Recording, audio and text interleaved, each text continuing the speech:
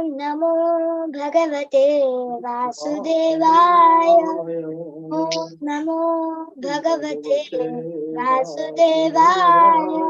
ओम नमो भगवते वासुदेवाय।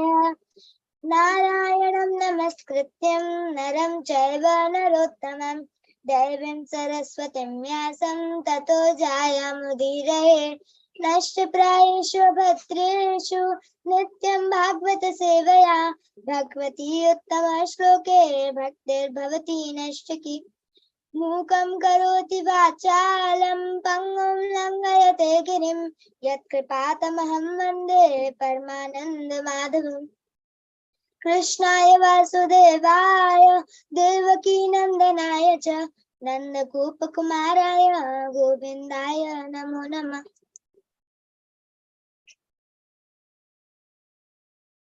हरे कृष्णा।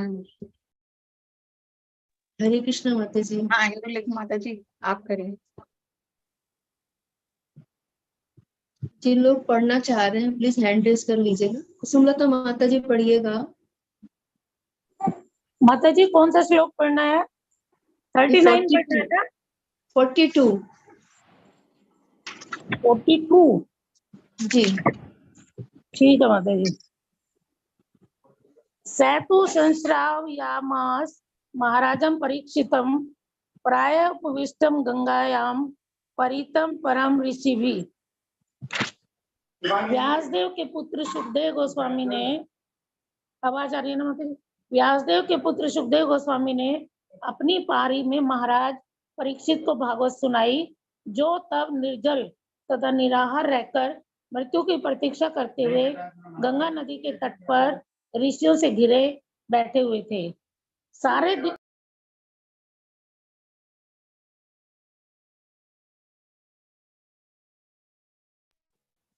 मेरा चला गया, कहाँ गया? सारे दिव्य संदेश शिष्य परंपरा की श्रृंखला से उचित ढंग से प्राप्त किए जाते हैं। यह शिष्य श्रृंखला परंपरा कहलाती है।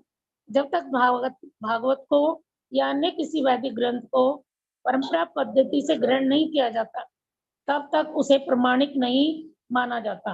व्यासदेव ने यह संदेश सुखदेव गोस्वामी को प्रदान किया और सुखदेव गोस्वामी ने इसे सूत गोस्वामी से प्राप्त किया।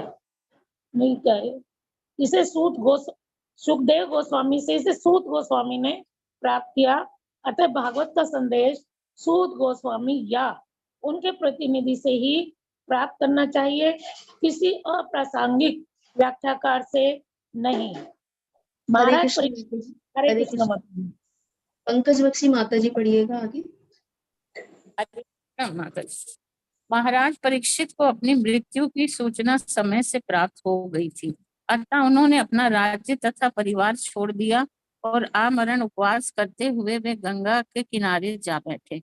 उनकी राजसी स्थिति के कारण सारे ऋषि मुनि चिंतक योगी इत्यादि वहां पहुंच गए।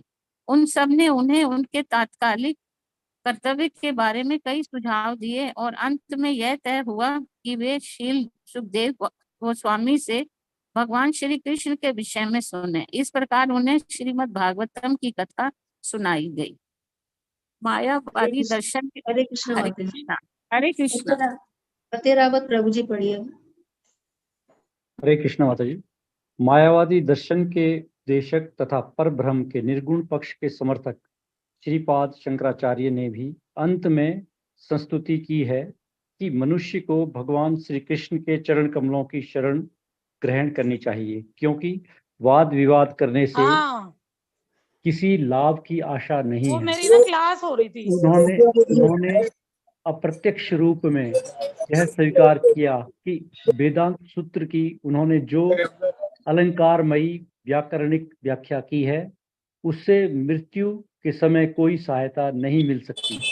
आसन मृत्यु के निर्णायक समय पर मनुष्य को गोविंद नाम का जप अवश्य करना चाहिए। यही सभी बड़े बड़े अध्यात्मवादियों का कहना है। बहुत काल पूर्व श्री सुखदेव गोस्वामी ने इस सत्य की पुष्टि की कि अंत समय में मनुष्य को श्री नारायण का स्मरण करना चाहिए। यही समस्त आध्यात्मिक कार्यों का सार है। इसी शाश्वत सत्य के पालन हेतु महाराज परीक्षित ने श्रीमद् भागवतम सुना और सुयोग्य श्रील सुखदेव गोस्वामी ने उन्हें इसे सुनाया। श्रीमद् भागवतम संदेश के वक्ता तथा श्रोता दोनों एक ही माध्यम से मुक्ति पा गए। हरे कृष्ण माता जी। हरे कृष्ण प्रभु जी। ये श्लोक भी बहुत महत्वपूर्ण है। अब इसमें व्यासदेव जी के पुत्र गोस्वामी जी ने अपनी पारी में महाराज परीक्षित को भागवत सुनाए, जो तब निर्जल तथा निराहार रहकर मृत्यु की प्रतीक्षा करते हुए गंगा नदी के तट पर ऋषियों से घिरे बैठे हुए थे। इम्पोर्टेंट ये है कि यहाँ पर कि परीक्षित महाराज को जब पता लगा कि उनकी मृत्यु 7 दिन बाद होने वाली है, तो उन्होंने सब कुछ त्याग दिया, गृह अपना जो राजपाट था सब कुछ त्याग करके वो गंगा नदी के तट पर आ गए। गंगा नदी का तट इसलिए बोला जा रहा है कि वो एक पवित्र स्थान है, जहां पर वो ये जानना चाह रहे थे कि मृत्यु जिसकी आसन मृत्यु निकट है उसको क्या करना चाहिए। उनके मन में ये प्रश्न उठ गया था। अगर हम लोग अपनी वास्तविक स्थिति को देखें तो हम लोगों के मन में ये सब प्रश्न कभी नहीं आते कि हम लोगों का भी जीवन एक एक पल के साथ हम लोग मृत्यु के निकट जा रहे हैं, लेकिन हम लोग अपने जो भौतिक जीवन का है लक्ष्य रहता है कि ये प्राप्त करना है, उसी उधेड़बुन में ही लगा रहते हैं, जबकि हम सब भी मृत्यु के आसन निकट नहीं रहते हैं हमेशा। कब किसकी मृत्यु हो जाएगी, काल कब किसके जीवन में प्रवेश करेगा, तो वो समय हम लोग नहीं जानते। लेकिन हम लोगों का उद्देश्य ऐसा नहीं होता कि हम लोग इन चीजों को जाने। हमारे अंदर वो जिज्ञासाएं नहीं उत्पन्न हो पाती कि हम क्या मतलब श्रवण करें कि जिससे हमारा जो जीवन है वो उच्चतर स्तर का हो पाए। इसमें ये बहुत इंपॉर्टेंट चीज इसमें बताई है प्रभुपाद जी ने फिर आगे कि ये जो दिव्य संदेश है जो सुनना चाह रहे थे कि वो कहाँ पर हमको सुनना है, कैसे सुनना है और किस परंपरा कैसी परंपरा से आना है, तो उनके द्वारा ही हमें सुनना है। इसको प्रभुपाद जी ने बहुत ही अच्छे तरीके से इसमें समझाया है। सारे दिव्य संदेश शिष्य परंपरा की श्रृंखला से उचित ढंग से प्राप्त किए जाते हैं। यह शिष्य श्रृंखला परंपरा कहलाती है। जब तक भागवत को या अन्य किसी वैदिक ग्रंथ को परंपरा पद्धति से ग्रहण नहीं किया जाता, तब तक उसे प्रामाणिक नहीं माना जाता। यानी कि गुरु परंपरा के माध्यम से ही हमको सुनना है, जो कि हम लोग कई बार हम लोग इस विषय पे चर्चा करते हैं कि ये परंपरा के द्वारा ही हमको प्राप्त करना है। किसी अप्रामाणिक व्यक्ति से हमको भागवत नहीं सुननी है। इसको प्रभुपाद जी ने कई बार और विश्लेषित भी किया है और आगे भी बार बार इसको बोलते हैं। वो व्यासदेव जी ने यह संदेश सुखदेव गोस्वामी को प्रदान किया और सुखदेव गोस्वामी से इसे सूत गोस्वामी ने प्राप्त किया। तो व्यासदेव जी ने अपने पुत्र सुखदेव गोस्वामी जी को दिया था और सुखदेव गोस्वामी ने इसे सूत गोस्वामी जी से प्राप्त किया।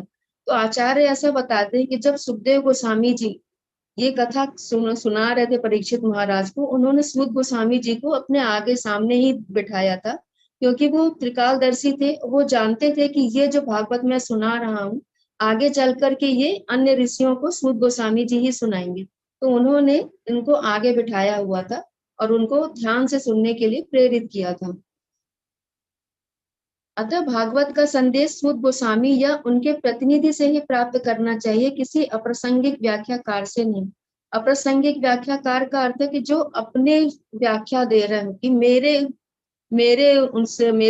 जो उनके मत हैं उनके अनुसार, अपने मतानुसार जो लोग व्याख्या कर रहे हैं उनको हमको नहीं सुनना है। जो अपने गुरु परंपरा के द्वारा एज इट इज, जैसा गुरुओं ने बताया, आचार्यों ने बताया है, एज इट इज हम तक पहुंच रहा है, उस ज्ञान को हमको सुनना चाहिए। महाराज परीक्षित को अपनी मृत्यु की सूचना समय से प्राप्त हो गई थी, अतः उन्होंने अपना राज्य परिवार छोड़ दिया और आमरण उपवास करते हुए वे गंगा किनारे जा बैठे।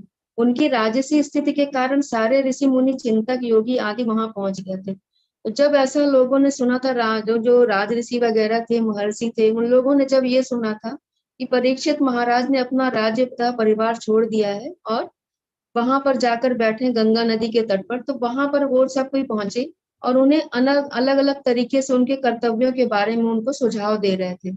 तब वहां पर सुखदेव गोस्वामी जी पहुंचते हैं। सुखदेव गोस्वामी जी को भी कहीं से आमंत्रण नहीं दिया गया था, वो स्वयं पहुंचे थे वहां पर। तो सुखदेव गोस्वामी जी वहां पर पहुंचते हैं और फिर वहां पे उनको बोलते हैं कि आपको भगवान कृष्ण के विषय में सुनना चाहिए। इस प्रकार फिर उन्होंने भागवत की कथा सुनाई। तो यहाँ पर ये चीज इंपॉर्टेंट प्रभुपाद जी बता रहे हैं कि भागवत की कथा कितनी इंपॉर्टेंट। भागवत की कथा सुनने से हमारा जो अट्रैक्शन है भगवान की तरफ निरंतर बढ़ता जाता है। तो हमें सुबह और शाम डेली का है कि हम लोगों को सुनना अवश्य चाहिए। और हम लोग जो इस समय इसमें जुड़ रहे हैं, गौरव प्रभु का भी हम लोग को धन्यवाद कहना चाहिए, कृतज्ञ रहना चाहिए उनके प्रति कि उन्होंने ये क्लास शुरू की और हम लोग इतने सारे लोग आकर के इसमें जुड़ते हैं और भागवत कथा का श्रवण कर रहे हैं और पढ़ रहे हैं उसको, तो उनका भी हम लोग धन्यवाद करते हैं। उन्होंने ये अपॉर्चुनिटी सबको दी है कि हम लोग भागवत कथा सुन सके। ये सुबह शाम सुनना हमारे लिए बहुत जरूरी है। अगर हम लोग श्रवण नहीं भी कर पा रहे, एटलीस्ट हम लोगों को 1 श्लोक 2 श्लोक पढ़ना अवश्य चाहिए। भगवत गीता भागवतम ये जरूर पढ़ना चाहिए। फिर आगे प्रभुपाद जी लिख रहे हैं कि मायावादी दर्शन के उपदेशक तथा परब्रह्म के निरूढ़ रूप के समर्थक श्रीपाद शंकराचार्य जी ने भी संस्तुति की है कि मनुष्य को भगवान श्री कृष्ण के चरण कमलों की शरण ग्रहण करनी चाहिए, क्योंकि वाद विवाद करने के किसी लाभ की आशा नहीं है। अब यहाँ पे श्रीपाद शंकराचार्य जो मायावाद के प्रवर्तक थे, तो ये एक अलग विषय है कि मायावाद उन्होंने क्यों लाया गया था, वो एक अलग विषय है। फिर बाद में उन्होंने ये कहा था कि मनुष्य को भगवान श्री कृष्ण के चरण कमलों की शरण ग्रहण करनी चाहिए, तो इसमें कोई किसी तरह का कोई वाद विवाद नहीं होना चाहिए। मतलब वो अच्छी तरह से जानते थे कि श्री कृष्ण ही अंतिम लक्ष्य है हमारा और उनकी ही शरण हमको ग्रहण करनी है। उन्होंने अप्रत्यक्ष रूप में यह स्वीकार किया कि वेदांत सूत्र की उन्होंने जो अलंकारमयी व्याकरणिक व्याख्या की है उससे मृत्यु के समय कोई सहायता नहीं मिल सकती। जो वेदांत सूत्र का उन्होंने दिया था, वेदांत सूत्र का संकलन उन्होंने किया था कि मायावाद दर्शन दिया था एक्चुअल में, तो उसके द्वारा हमको जो लक्ष्य है हमारा मनुष्य जीवन का, वो उद्देश्य हमको प्राप्ति नहीं हो सकती। इस चीज को वो अच्छी तरह से जानते थे। आसन्न मृत्यु के निर्णायक समय पर मनुष्य को गोविंद के नाम का जप करना चाहिए। तो उन्होंने ये अंत में उन्होंने ये भी दिया था, भज गोविंदम भज गोविंदम भज गोविंदम मूढ़मते। तो आचार्य ये भी बताते हैं कि जिस वक्त उनकी माँ का अंतिम समय था तो वो अपनी माँ से मिलने गए थे, तो उनकी माँ ने कहा था कि तू मुझे भी प्रवचन को, तू बहुत लोगों को प्रवचन करता है, तो मुझे भी प्रवचन कर दे। तो उन्होंने अपना मायावाद जो दर्शन था, क्योंकि वहां पे उनके सारे शिष्य भी थे, उन्होंने मायावाद का जो दर्शन था, वेदांत सूत्र थे उनके, वही सुनाना उन्होंने शुरू किया। उनकी माता बोली नहीं, तू जिनको मन में भजता है मैं उनके बारे में सुनना चाहती हूँ। तो फिर उन्होंने अपने शिष्यों को बाहर किया और फिर उनको भज गोविंदम ये पूरी रचना जो थी, उनको पूरा गोविंद के नाम का जो स्मरण था वो उनकी कथा उनको पूरी सुनाई थी। इस तरह से शंकराचार्य जी भी जानते थे कि हमारा जो लक्ष्य है वो गोविंद के चरण ही है, भगवान के चरण ही हमारा अंतिम लक्ष्य है। तो हमको हमेशा ये प्रयास करना चाहिए कि हमें विष्णु को सेंटर में रख के, कृष्ण को सेंटर में रख के अपने सारे कार्य को करें और हमारा जो अंतिम लक्ष्य है उसको हम प्राप्त कर पाए। यही सभी बड़े आध्यात्मवादियों का भी कहना है। बहुत काल पूर्व सुखदेव गोस्वामी ने इस सत्य का कथन किया कि अंत समय में मनुष्य को नारायण का स्मरण करना चाहिए। यही समस्त आध्यात्मिक कार्यों का सार है।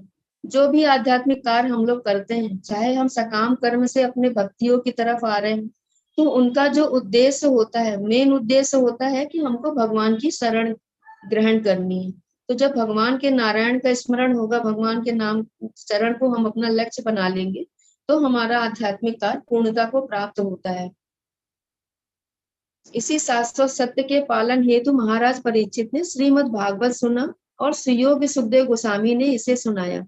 भागवत संदेश के वक्ता तथा श्रोता दोनों ही एक ही माध्यम से मुक्ति पा गए। तो अब यहाँ पर जो श्रोता है, जो वक्ता है, अगर कोई बोल भी रहा है भागवत तो उसकी भी मुक्ति होती है, और जो सुन रहा है भागवत उसकी भी मुक्ति आराम से हो जाती है, क्योंकि दोनों का ही जो अल्टीमेट गोल हो जाता है, जो लक्ष्य हो जाता है, वो भगवान श्री कृष्ण के चरण कमल ही हो जाते हैं।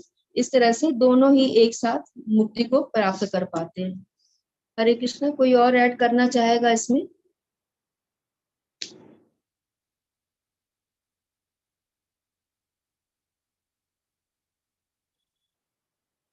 हरे कृष्णा। फिर हम लोग आगे बढ़ते हैं। विद्या देवी माता जी पढ़िएगा।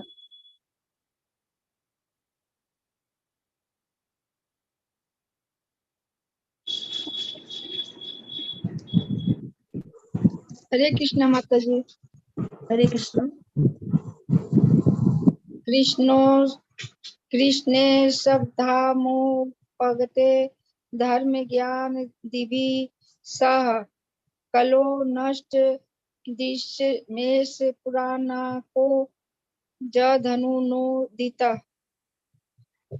यह भगवत पुराण सूर्य के समान तेज सभी है और धर्म ज्ञान आदि के साथ कृष्ण द्वारा अपने धाम चले जाने के बाद ही इसका उदय हुआ।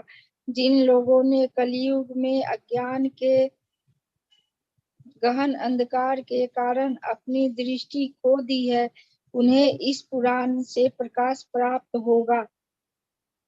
तात्पर्य भगवान श्री कृष्ण का अपना शाश्वत धाम है, जहाँ वे अपने पार्षदों तथा साज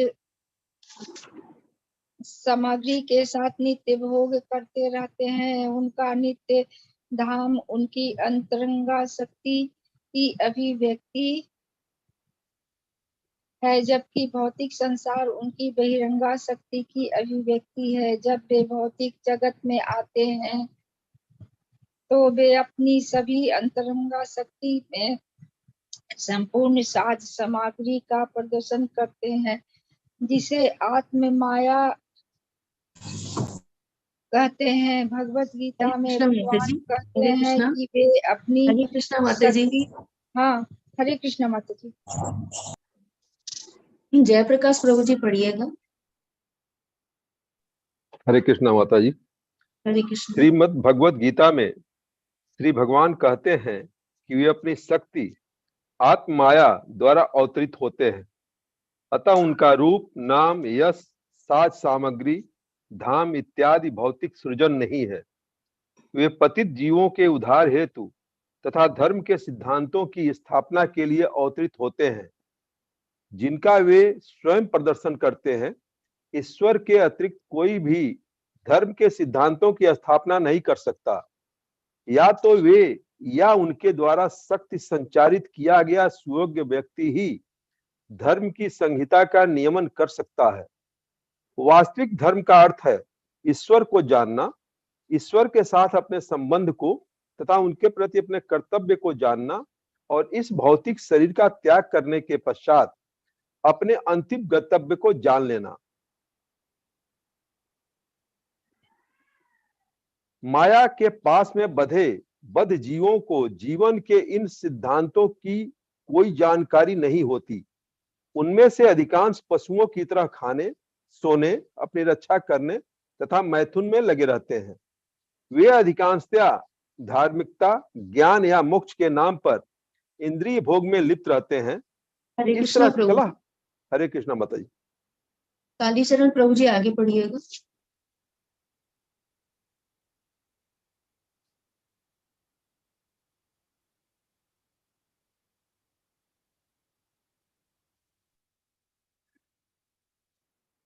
हरे कृष्णा। हरे कृष्ण। इस कलह प्रधान कलयुग में तो वे और भी अंधे बन चुके हैं। कलयुग में सारी जनता पशुओं का राजसी संस्करण बनी हुई है। उन्हें आध्यात्मिक ज्ञान या दैवी धार्मिक जीवन से कोई सरोकार नहीं। वे इतने अंधे हैं कि उन्हें सूक्ष्म मन, बुद्धि या अहंकार के आगे कुछ भी नहीं दिखता। लेकिन वे ज्ञान, विज्ञान तथा भौतिक संपन्नता में प्रगति के प्रति अत्यंत गर्व का अनुभव करते हैं। वे इस शरीर को त्यागने के बाद तूकर या सूकर बनने के लिए भी तैयार है, क्योंकि उन्होंने जीवन के चरम लक्ष्य को दृष्टि से ओझल कर रखा है। भगवान श्री कृष्ण कलयुग का प्रारंभ होने से कुछ काल पूर्व हमारे समक्ष प्रकट हुए थे और कलयुग के प्रारंभ होते ही वे अपने दिव्य धाम को वापस चले गए। जब तक वे उपस्थित थे उन्होंने अपने कार्यकलापों से सब कुछ कर दिखाया। उन्होंने विशेष रूप से भगवत गीता का संदेश संकलित करने का अधिकार प्रदान किया। इस प्रकार भगवत गीता तथा श्रीमद् भागवत, ये दोनों ग्रंथ इस युग के अंधे लोगों के लिए क्रमशः प्रकाश स्तंभ की भांति। दूसरे शब्दों में, यदि इस कलयुग के लोग जीवन के वास्तविक आलोक को देखना चाहते हैं तो उन्हें इन दोनों ग्रंथों की शरण लेनी चाहिए। इससे उनका जीवन लक्ष्य पूरा हो सकेगा। भगवत गीता, भागवत का प्रारंभिक अध्ययन है। भागवत श्रीमद् भागवत तो जीवन का आश्रय तत्व साक्षात भगवान श्री कृष्ण है।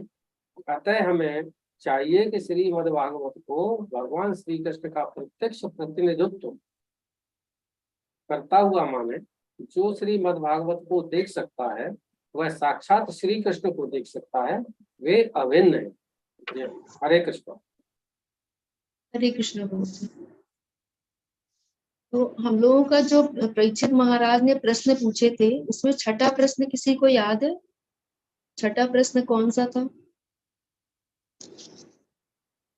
हाँ जी माता जी, मैं बताऊं?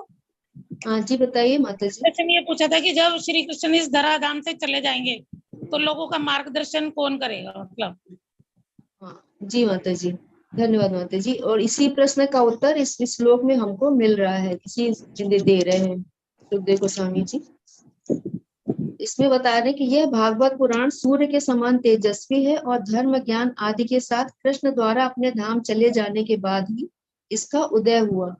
यानी कि कृष्ण जब अपने धाम में चले गए थे तो ये जो भागवत पुराण है जो सूर्य के समान तेजस्वी है, तो ये इसकी शरण में ही सब जो हमारा धर्म है वो जाएगा। यानी कि हमको भागवत की शरण अगर हमने ले ली तो साक्षात भगवान की शरण हमने ले ली है। जिन लोगों ने कलयुग में अज्ञान के गहन अंधकार के कारण अपनी दृष्टि खो दी है, उन्हें इस पुराण से प्रकाश प्राप्त होगा। तो कलयुग में हम जैसे अपनी दैनिक दिनचर्या में भी देखते हैं कि ज्यादातर लोग भौतिक भोग में ही लगे हुए, इंद्रिय तृप्ति में ही लगे हैं। किसी को इस बात का एहसास नहीं है कि उनका जो लक्ष्य है वो क्या है।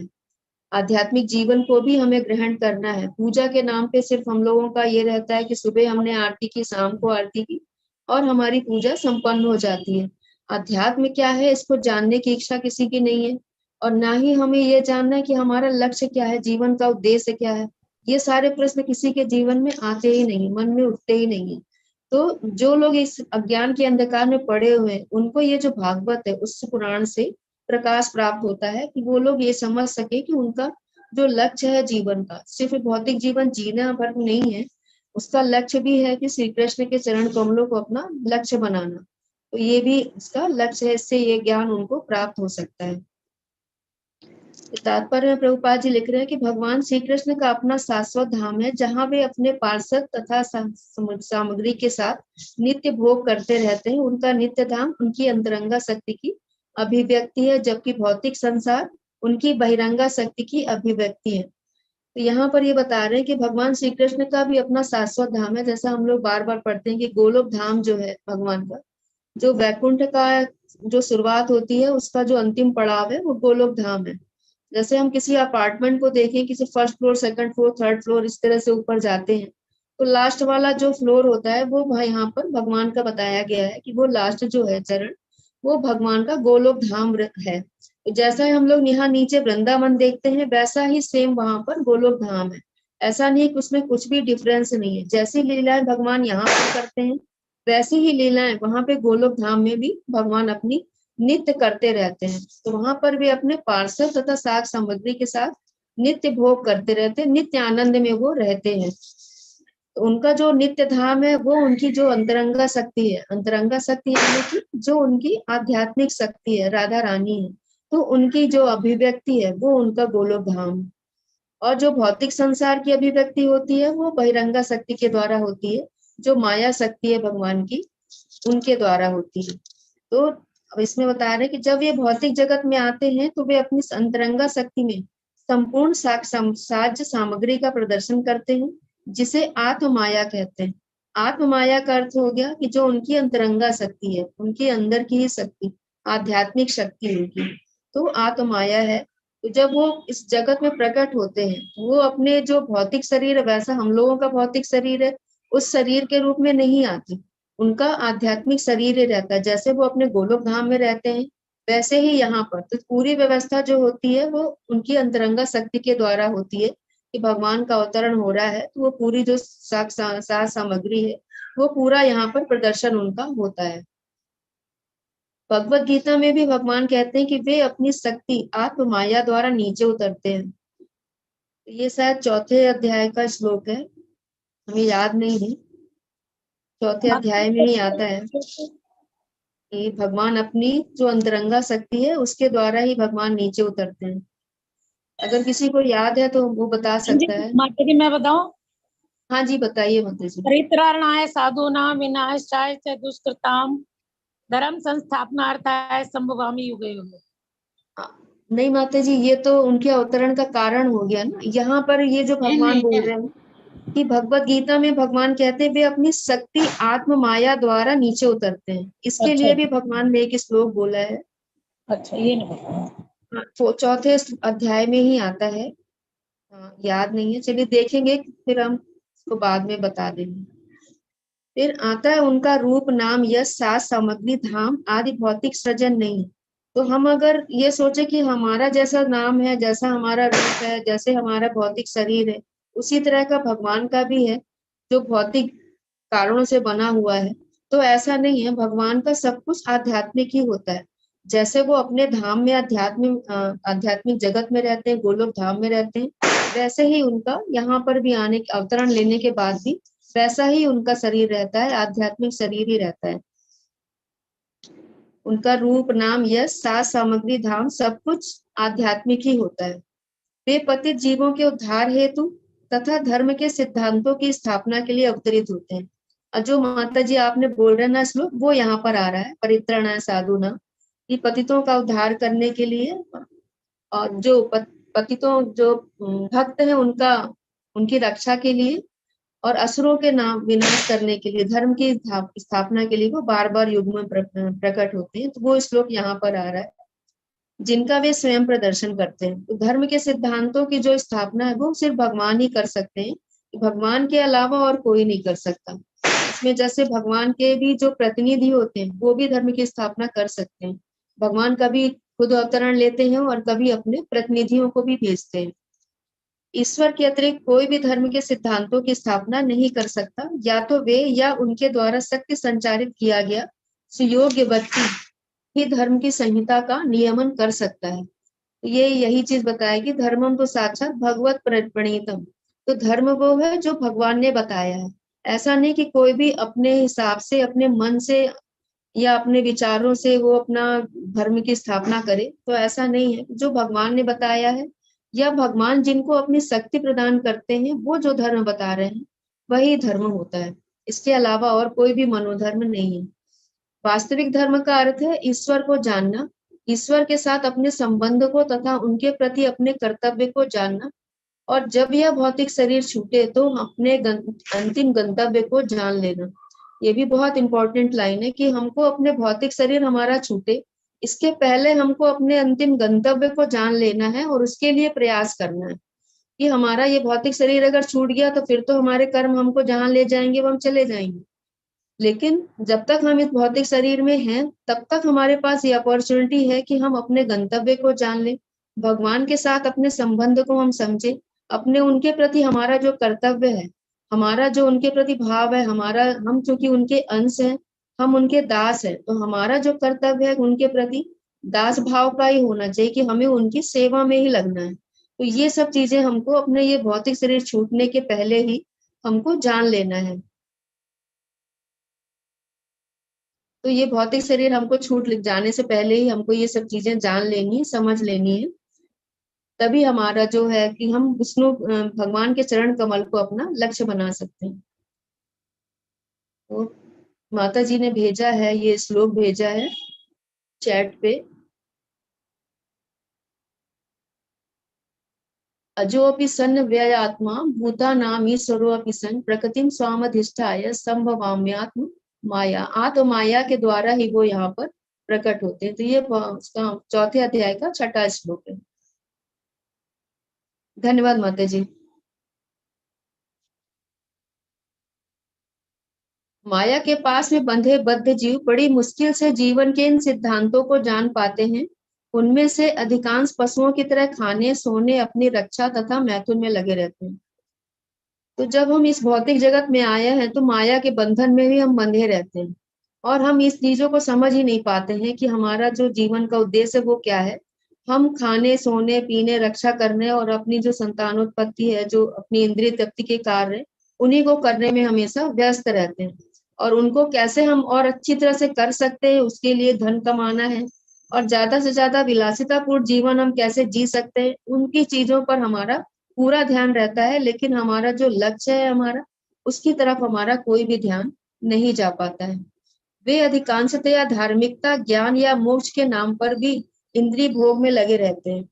बहुत सारे लोग जो हम लोगों को भी मिलते हैं तो ऐसा बताते हैं कि हम लोगों के यहाँ तो ऐसी कोई भी बंधन नहीं है कि हम लोगों को प्याज लहसुन नहीं खाना या मांस नहीं खाना या कुछ नहीं खाना, ये इसका सेवन नहीं करना। तो हम लोगों को ये लगता है कि हमारे यहाँ जो हो रहा है कि किसी चीज का बंधन नहीं है, वो ज्यादा बेटर है, यानी कि हम अपनी इंद्रिय तृप्ति कर पा रहे हैं तो वो ज्यादा अच्छा है। इसी तरह की मानसिकता हमारे समाज में इस तरह फैली हुई है कि जहां पर हमको किसी तरह का बंधन ना रहे तो वो जगह ज्यादा अच्छी है, वहां से हम अध्यात्म का जो शिक्षा है वो हमें लेना अच्छा लगता है। तो ऐसा नहीं है, हम लोगों को आध्यात्मिक शिक्षा वहां से लेनी है जहां हमको प्रामाणिक संस्था से प्राप्त हो रहा हो, प्रामाणिक गुरु वहां पर बता रहे हो, जो परंपरा से ज्ञान आ रहा है वो हमको बताया जा रहा हो। तो ऐसी जगह का हमको खोज करनी चाहिए और वहीं से अध्यात्म का ज्ञान लेना चाहिए। इस कलह प्रधान कलयुग में वे और भी अंधे बन चुके हैं। कलयुग में सारी जनता पशुओं का राजसी संस्करण बनी हुई है। उन्हें आध्यात्मिक ज्ञान या दैवी धार्मिक जीवन से कोई सरोकार नहीं है। इसमें प्रभुपाद जी बहुत क्लियर इसमें लिख रहे हैं कि सारी जनता जो है पशुओं का राजसी संस्करण बनी हुई है। पशुओं का जो जीवन होता है वही जीवन वो जी रही है। आध्यात्मिक जीवन या ज्ञान से उनको कोई भी सरोकार नहीं रहता है। वे इतने अंधे हैं कि उन्हें सूक्ष्म मन, बुद्धि या अहंकार के आगे कुछ भी नहीं दिखता, लेकिन वे ज्ञान, विज्ञान तथा भौतिक संपन्नता में प्रगति के प्रति अत्यंत गर्व का अनुभव करते हैं। जैसे हम लोग भी अपना जीवन भी देखें, अगर हमारा बच्चा इंजीनियर, डॉक्टर या साइंटिस्ट बन जाता है तो हमें बहुत अच्छा लगता है कि हाँ, हमारा बच्चा इतना उन्नति कर लिया है। भले ही उसको हम ना आध्यात्मिक ज्ञान कुछ भी नहीं दे पाए हों, लेकिन हमें बहुत गर्व का अनुभव होता है कि हाँ, हमारा बच्चा ऐसी पोस्ट पर पहुंच गया है। तो प्रभुपाद जी यहाँ पर उसी को इंडिकेट कर रहे हैं कि जो ज्ञान, विज्ञान, भौतिक संपन्न में प्रगति के प्रति अत्यंत गर्व का अनुभव करते हैं और वे इस शरीर को त्यागने के बाद कुकर या सूकर बनने के लिए भी तैयार रहते हैं। अब ज्यादातर हम लोगों का जीवन जो ऐसा होता है कि हम लोग ये नहीं अपने बच्चों को शिक्षा दे पाते कि अध्यात्म क्या है। ये शरीर, अगर हमने सिर्फ उनको भौतिक जीवन की ही शिक्षा दी तो वो भी अपनी इंद्रिय तृप्ति में ही लगे रहेंगे। उसके बाद उनका जीवन कुकर सूकर की भांति हो रहा है, कैसा जीवन पशु के जीवन में प्रवेश कर रहे हैं, तो क्या बन रहे हैं, इसके प्रति हमारा जरा भी जागरण नहीं रहता है। हम ये नहीं सोच पाते कि अपने बच्चों को ये भी शिक्षा हमको देना कितना आवश्यक है कि अगला जन्म उनका जो है वो कहाँ जा रहा है, वो कुकर सूकर बनने की राह पर तो नहीं बढ़ जा रहे। तो ये जीवन जो उनका मिला हुआ है, ये शरीर जो मिला हुआ है वो अध्यात्म के लिए ही मिला हुआ है। ये तो भौतिक शिक्षा के साथ साथ हमको आध्यात्मिक शिक्षा भी उतनी ही गहराई से उनको देना चाहिए। जैसे हम भौतिक शिक्षा के लिए प्रयास करते हैं, वैसे ही आध्यात्मिक शिक्षा के लिए भी हमें उनके साथ लगना चाहिए कि आध्यात्मिक शिक्षा भी हमको उनको वैसे ही देनी है कि जिससे कि उनका भी जीवन शुद्ध बन सके, वो भी अपने जो जीवन का लक्ष्य है उसको भी प्राप्त कर पाए।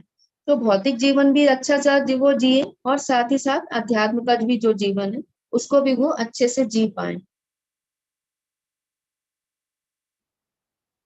क्योंकि उन्होंने जीवन के चरम लक्ष्य को दृष्टि से ओझल कर रखा है। भगवान श्री कृष्ण कलयुग का प्रारंभ होने से कुछ काल पूर्व हमारे समझ प्रकट हुए थे और कलयुग के प्रारंभ होते ही वे अपने दिव्य धाम को वापस चले गए। तो भगवान श्री कृष्ण का जो हम लोग देखते हैं प्रयाण जब होता है, प्रकट होते हैं भगवान, तो कलयुग के शुरुआत में ही होते हैं। जब द्वापर का अंत होने वाला होता है तभी वो प्रयाण कर जाते हैं, तभी परीक्षित महाराज भी आते हैं कलयुग के प्रारंभ में। तो कलयुग के प्रारंभ होते ही वे अपने दिव्य धाम को वापस चले गए। जब तक वे उपस्थित थे उन्होंने अपने कार्यकलापों से सब कुछ कर दिखलाया था। तो भगवान के जो हम कार्यकलाप अगर देखें, उसको समझने की कोशिश करेंगे तो हमको समझ में आता है कि भगवान ने जो कुछ भी किया, अपना जो गृहस्थ जीवन था वो भी बहुत ही अच्छे से निभाया था कि हम लोग उनका अनुसरण कर सके। जो फिर उनका जो सामाजिक जीवन या राजसिक जीवन था, राजा के प्रति जो कर्तव्य था वो भी उन्होंने बहुत अच्छी भली भांति निभाया था। अपने मित्र के प्रति जो कर्तव्य था, जो कौरव पांडव के युद्ध के समय भी उन्होंने हर समय वो जो भी उनका जो कार्यकलाप थे तो वो हमेशा हमें शिक्षाप्रद ही है कि वो हमें शिक्षा प्रदान करते हैं। तो जो भी भगवान की लीलाएं हैं तो आचार्यों के माध्यम से जब हम समझते हैं तो वो हम समझ पाते हैं कि हाँ ये लीला भगवान ने क्यों की थी। चाहे छोटी से छोटी भी लीला रहती है तो भगवान के उस लीला में भी कुछ ना कुछ शिक्षा हमको मिलती अवश्य है। तो भगवान ने अपने जो भी अपना कार्यकलाप थे उनके द्वारा फिर उन्होंने ये सब दिखाया था कि कैसे हमको अपना जीवन जीना है। उन्होंने विशेष रूप से भगवत गीता का प्रवचन किया और धर्म के सारे बनावटी नियमों का निर्मूलन किया। तो बनावटी नियम क्या थे कि जो लोग ने अपनी अवधारणा बना ली थी कि हम ये सोच रहे हैं कि हमारे हिसाब से ये चीज अच्छा है, या कुछ दार्शनिक चिंतन है, अपने ध्यान योग के जरिए उन्होंने जो कुछ भी बनाया था उन सब का हटा करके भगवान ने फिर से जो भगवत गीता का जो बताया था अर्जुन के माध्यम से हम लोगों के लिए ही बताया, उसको फिर से उन भगवान ने स्थापित किया था। इस भौतिक जगत से अपने प्रयाण के पूर्व उन्होंने नारद के माध्यम से श्री व्यासदेव को श्रीमद् भागवत का संदेश संकलित करने का अधिकार प्रदान किया। इस प्रकार भगवत गीता तथा श्रीमद् भागवत ये दोनों ग्रंथ इस युग के अंधे लोगों के लिए प्रकाश स्तंभ की भांति हैं। यहाँ पर ये बता रहे हैं, प्रभुपाद जी लिख रहे हैं कि भौतिक जगत से अपने प्रयाण के पूर्व उन्होंने नारद जी के माध्यम से व्यासदेव जी को बोला कि वो ही श्रीमद् भागवत का संकलन करें। व्यासदेव जी बहुत ज्यादा असंतुष्ट थे, उन्होंने बहुत सारे पुराण लिख लिए थे, लेकिन फिर भी वो असंतुष्ट थे। वो सरस्वती नदी के किनारे बैठे हुए थे, कुछ सोच रहे थे। तभी नारद जी वहां पर आते हैं और उनको बोलते हैं कि आप इस तरह से उदास क्यों हैं, आपने तो इतने सारे पुराण लिख लिए। तभी बोलते हैं कि नहीं, मैं संतुष्टिता का अनुभव नहीं कर पा रहा हूँ।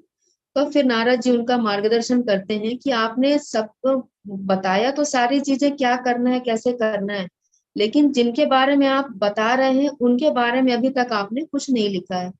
तो भगवान के बारे में आपने अभी तक कुछ भी नहीं लिखा है, इसीलिए आप असंतुष्टता का अनुभव कर रहे हैं। तब फिर व्यास देव जी श्रीमद् भागवत का संकलन करते हैं और श्रीमद् भागवत और भगवत गीता को प्रकाश स्तंभ बोला गया है कि यही हमको, जो अंधकार में हम लोग डूबे हुए हैं, वो हमको आचार्यों के माध्यम से, हम गुरु परंपरा के माध्यम से जब हम श्रवण करेंगे तो यही हमको प्रकाश की ओर ले जाएगा। इसी को प्रभुपाद जी यहाँ पर प्रकाश स्तंभ की तरह लिख रहे हैं। दूसरे शब्दों में, यदि इस कलयुग के लोग जीवन के वास्तविक आलोक को देखना चाहते हैं तो उन्हें इन दोनों ग्रंथों की शरण लेनी चाहिए।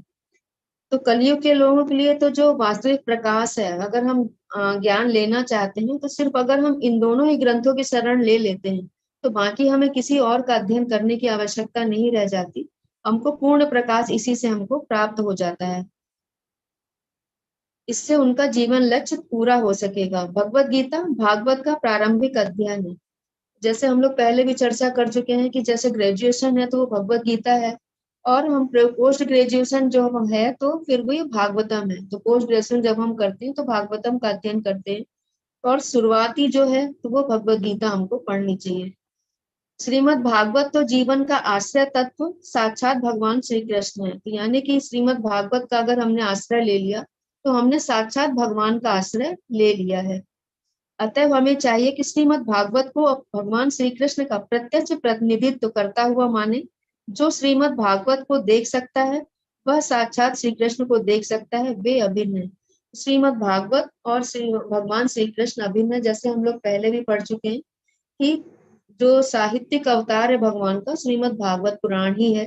तो हमने अगर भागवत पुराण की शरण ले रखी है तो जैसे हमने फिर साक्षात भगवान श्री कृष्ण की शरण ले रखी है। तो अभी हम लोगों ने 2 दिन पहले ही जयप्रकाश प्रभु आपके यहाँ भागवतम पुराण आया है कि आपने आश्रय लिया हुआ है भागवत पुराण का। इसके लिए आप भी बहुत बहुत बधाई के पात्र हैं। हरे कृष्णा प्रभु जी।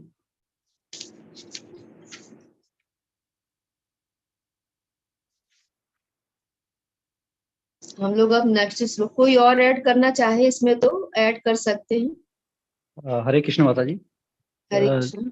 अभी जो वातावरण है, जैसे अभी एक जो संस्कृति है हमारी या संस्कार है नई जनरेशन के लिए, वो जी। हमें खुद ही नहीं मालूम तो हम उनको क्या देंगे। या जैसे सिलेबस में ये ऐड करें, कुछ आध्यात्म के बारे में कुछ बात करें तो कुछ हो सकता है। जैसे आपने उनका उदाहरण दिया था, जैसे श्रोता जिस तरह से है, वक्ता जैसे है वैसे श्रोता भी बनना पड़ेगा। जैसे हाँ शुभदेव जी जी के बारे में आपने बताया कि वहाँ जी जो जी वातावरण था वहाँ पर सारे राजऋषि, महर्षि या देव ऋषि सभी लोग ये आपस में वार्तालाप कर रहे थे कि श्री परीक्षित महाराज को कौन सुनाएगा ये, तो वो जी, आपस में जी। चयन नहीं कर पा रहे थे कि सबसे अच्छा वक्ता कौन होगा। तो इसी बीच में सुखदेव गोस्वामी प्रवेश करते हैं। तो उनका ऑरा जो ऑरा जितना प्रभावशाली था कि उनको देखते ही सभी लोग खड़े हो गए और जी, सभी ने निर्विरोध रूप से ये बिना किसी उसके उनको चुन लिया कि यही बताएंगे, यही वक्ता होंगे और यही उनको सुनाएंगे श्री परीक्षित महाराज को, जिसमें श्री सूत गोस्वामी जी भी सुन रहे थे। तो जिस लेवल पे वक्ता है तो हमें श्रोता बनने की भी वही कोशिश करनी चाहिए कि हम उस भाव से या उस तत्परता से सुने। और इसमें फिर कई जैसे हमें तो इस जगत में यही चाहते हैं कि भी हमें लिबर्टी मिले, हम स्वच्छंद हों, और वही चीज आगे आने वाली पीढ़ियां भी देखती हैं, उनको भी वही अच्छा लगता है क्योंकि उसी में एंजॉय करते हैं, उन्हें सोचते हैं कि यही लाइफ है। और अगर कोई उन्हें कुछ थोड़ा बताए तो वो कहते हैं ये ऑर्थोडॉक्सी है, या इनको ये पुराने किसने देखा भगवान को, फिर वही क्वेश्चन आता है। तो उसके लिए फिर हमें आगे आने वाली पीढ़ी के बारे में सोचना होगा, लेकिन उससे पहले हम खुद को उसका अनुभव करें। और इसमें कई बाधाएं भी हैं, जैसे श्री रामचरितमानस में आता है, सन्मुख होय जीव मोय जब ही जब जब जब वो उसके पाप नष्ट होते हैं, जब पुण्य उदय होते हैं, तभी वो मेरे सन्मुख होता है। या निर्मल मन जो सो मोहि पावा, मोहि कपट छल छिद्र न भावा। तो उसका एक तो मन को हमने उस रूप में रखना होगा, और दूसरा हमारे जब पाप क्षीण होते हैं और पुण्य का उदय होता है, तभी हम उस ओर अग्रसर होते हैं भगवान की ओर। अन्यथा वो भी एक बाधा है कि भाई जो पिछले जन्म के संस्कार है या जो प्रारब्ध है वो भी इसमें आता है। लेकिन अगर हमारा मन एक चित्त हो कि हम भगवान की शरण में जाएं, तो यही जो श्रीमद् भागवतम या उससे पहले भगवद गीता का भी अध्ययन करें। और जिस तरह ये हमें वाकई हम लोग सौभाग्यशाली हैं कि श्री गौरव प्रभु जी ने, आप जैसे माता जी और भी हैं जो जिनको काफी अच्छा ज्ञान है, तो हम भी उससे लाभान्वित हो रहे हैं और इससे आगे भी हम इसका प्रचार प्रसार कर सकते हैं। पर पहले हम अपने को इस तरह क्लास अटेंड करके या जो 4 ABCD वाला फॉलो करके थोड़ा थोड़ा करके, क्योंकि हमें भी अच्छा लग रहा है और इससे औरों को भी हम बता सकते हैं तभी जब हम खुद अनुभव करेंगे या खुद इसी और अग्रसर होंगे। हरे कृष्ण माता जी। बहुत अच्छा। फिर एक्चुअली में हम लोग बताने से भी अभी हम लोगों को भय लगता है, क्योंकि हम लोग को भी पूर्ण ज्ञान नहीं है। तो हम लोग किसी को अगर बताते हैं तो थोड़ा सा अपने मन में थोड़ा सा संशय रहता है। जबकि चैतन्य महाप्रभु कहते हैं, जारे देखा तारे कहिए कृष्णेर उपदेश। तो चैतन्य महाप्रभु साफ तौर पे कहते हैं कि जिसको आप देखिए और आपको जितना आता है उतना बोलिए। तो ये भी है था कि जैसे श्रद्धा होती है तभी हम श्रवण के लिए आगे बढ़ते भी हैं। अगर श्रद्धा नहीं है तो फिर वो श्रवण भी नहीं होता है। तो ये चीज तो है कि बीच में जो हम लोग की गैपिंग हुई है उसके कारण हम लोग काफी दूर हो गए हैं इन शास्त्रों से, कि काफी गैपिंग हो गई कि हम लोगों को शास्त्रों का अध्ययन मिला भी नहीं। हम लोगों को भौतिक शिक्षा ही मिली और वही हम लोगों ने गेन किया। उसी के आधार पे हम लोग सोच रहे थे कि अपने जीवन का उद्देश्य खाली भौतिक जो सुख सुविधाएं हैं उनको ही जुटाना और उन्हीं से आनंद प्राप्त करना, उन्हीं से सुख लेना। तो यही सब चीजें हम लोगों को नॉलेज में थी। जब ये सब चीजें पढ़ा, शास्त्र पढ़ा, तब एक्चुअल नॉलेज प्राप्त होता है कि हाँ नहीं, हमारा जीवन का उद्देश्य तो कुछ और ही है। मनुष्य जीवन मिला ही हमको किसी और उद्देश्य के लिए है, उसको हमको जानना है, समझना है। तब हम लोग इस तरह से आगे बढ़े हैं। और फिर ये हम लोगों को बहुत भाग्यशाली है कि हम लोगों को ये मिल रहा है कि हम लोग पढ़ पा रहे हैं साथ में सब लोग। तो ये अकेले बैठ के पढ़ तो सकता है आदमी, पढ़ तो लेगा, लेकिन वो समझ नहीं आ पाता है। जब आप संग में पढ़ते हैं तो बहुत सी चीजें लोग, और भी जैसे आपने अभी बोला, तो ये सब चीजें जब आदान प्रदान होता है, एक दूसरे के लोग बताते भी हैं, तो उससे ज्यादा समझ में आ जाता है। हरे कृष्ण। आज नेक्स्ट श्लोक तो हरे नहीं कृष्ण होगा। माता जी। हरे कृष्ण माता। माता जी यही बंद करते हैं आज क्लास। आप जो बोलना चाह रहे हो बोल लें। हाँ, परिवार में अध्यात्म, अभी थोड़ी सी बात आपने इस तरह की थी कि परिवार में बच्चों को भी सिखाना बंद कर चाहिए। देंगे ना, अभी बात जी। कर रहे हो। मैं नहीं उसका एक उत्कृष्ट उदाहरण हमने देखा यूट्यूब पे। एक भागवत नाम का छोटा भक्त है, करीब उम्र 6 साल की है उसकी, वृंदावन में। जी जी। हाँ, उस बच्चे को बहुत सारे लोग यूट्यूब पर देखते हैं और मैं समझता हूँ जो लोग समझते होंगे उसको अनुकरण भी करते हैं। बड़ा अच्छा बच्चा है, उसको जितना उम्र है उसके हिसाब से गीता का ज्ञान भी है और जहाँ भी बैठ जाता है वो आने जाने वाले लोगों को बताता है कि हमें माला किस तरह से करनी चाहिए, पकड़ने का ढंग क्या है, घुमाने का ढंग क्या है, और जी, सलामती हाँ। तो मैं समझता हूँ कि अध्यात्म का कम से कम परिवार में इस तरह से भी हम लोग देख के करने लगे जी, तो बच्चों पर काफी अच्छा प्रभाव पड़ेगा आगे के लिए। जी। जैसे परिवार में भी ना थोड़ा थोड़ा हमको देना भी शुरू करना चाहिए कि परिवार में जो भी लोग थोड़ा सा भी इंटरेस्ट रखते हैं तो हम उनको थोड़ा सा बताएं, उनको भी थोड़ा सा बोले कि अब जैसे यहाँ आज रुचि माता जी हैं हमारे साथ, जो उन्होंने बोला वो हमारी भतीजी ही है, तो हम लोग साथ में भगवत गीता पढ़ते हैं साथ में। तो इस तरह से जब बोलते हैं ना कि अगर हम ये सोचेंगे कोई सुनेगा नहीं तो फिर हम नहीं बोल सकते हैं। तो इस तरह से धीरे धीरे एक एक करके एक एक लोग भी जुड़ेंगे तो हमारे साथ, तो फिर हम अपने परिवार में भी इस तरह से प्रचार कर सकते हैं। जी। तो थोड़ा थोड़ा बोलना भी चाहिए कि हाँ हम लोग अपने परिवार में भी बोलें और अपने समाज में भी थोड़ा सा बोलने की कोशिश करना चाहिए। सुनता तो कोई बहुत कम ही लोग हैं जो इस चीज को एक्सेप्ट करते हैं, लेकिन फिर भी हमको थोड़ा तो देना है कि चलो कुछ तो भगवान का तो नाम तो कुछ तो आ रहा है, या आपको देख करके उनके मुंह से निकल आएगा हरे कृष्णा या राधे राधे, तो अनजाने ही उनको वो कहते हैं ना सुकृति मिल जाती है, तो वो भी उनको मिल जाएगी। तो इस तरह से छोटे थोड़ा बच्चों थोड़ा से हम राधे देने राधे की भी प्रयास कहलवाया कर जाता है। जी, बताइए, छोटे बच्चों से राधे राधे भी कहलवाया जाता है। नमस्ते की जगह आजकल राधे का प्रचलन बढ़ रहा है धीरे धीरे। जी, जी, जी, राधे राधे का चलन ज्यादा बढ़ गया है। हरे हरे कृष्णा माता जी। हरे हरे आज कृष्ण माता जी। आज मायापुर से जी, मैंने आज YouTube पर एक डाला था, एक लिंक डाला था आप लोगों को कि हमारे 3 संतों ने बैठ करके इसके बारे में तमाम बातें बताई हैं। तो उनमें भी ये बात है कि आज के डेट में हमारी सरकार शिक्षण संस्थाओं में अब धीरे धीरे अध्यात्म को लाना शुरू कर दिया है। उस ये तो YouTube के बहुत लिंक को अच्छी बात। देखिए, वहाँ तमाम प्रश्न ऐसे आए हैं जो जी, हम यहाँ चर्चा करते हैं, लेकिन उसका और विस्तृत रूप वहां से दिया है कई क्वेश्चनों से कि अब जी, धीरे धीरे इसका प्रचलन शुरू हो चुका है और जिसका परिणाम आएगा, आगे आएगा, जरूर आएगा। और ये इसी का परिणाम है कि हम लोग बैठे हुए हैं। जी, हरे जी, कृष्ण सही। माता। हरे कृष्णा माता जी। हरे अभी कृष्ण। थोड़ा सा गायत्री वाले कहते हैं कि हम बदलेंगे तो जग बदलेगा, यानी शुरुआत हम अपने से करने लगे तो जहां जी, तक जी, है कि कुछ तो बदलाव आ ही जाएगा। बिल्कुल बिल्कुल। जब हम अपने को ही बदलना है, पहले सबसे पहले हमें अपने पे ही काम करना है, उसके बाद ही हम किसी और पे काम कर सकते हैं। हमें ही बदलना है पहले, अपने पे ही शुरू करना है, हमें पढ़ना है। जैसे हमारे भी कमेटी में माताएं हैं ना, तो उन लोगों को ये लगता है कि मेरे बच्चे पढ़ें, मेरे बच्चे भगवत गीता का श्लोक बोलें। उनको बोलते वैसे नहीं शिक्षा मिलेगी, पहले आपको पढ़ना होगा तब उनको शिक्षा मिल पाएगी। पहले आप पढ़ोगे तब वो बच्चों को भी लगेगा कि हाँ माँ क्या पढ़ रही है, तो वो तब उनको अंदर इच्छा जागृत होगी कि हाँ मैं मुझे भी पढ़ना है। तो इस तरह से मतलब रहेगा कि हमको पहले खुद ही सुधरना है, तब हम फिर आगे पीढ़ी को हम दे पाएंगे। हरे कृष्ण। हरे कृष्ण माता जी। हरे कृष्ण। माता जी, जो ये ऋषि मुनि थे, ये जो इन्होंने परीक्षित को ज्ञान दिया था, ये 350 ऋषि मुनि थे जो इन्होंने परीक्षित को ज्ञान दिया था, ज्ञान दिया था।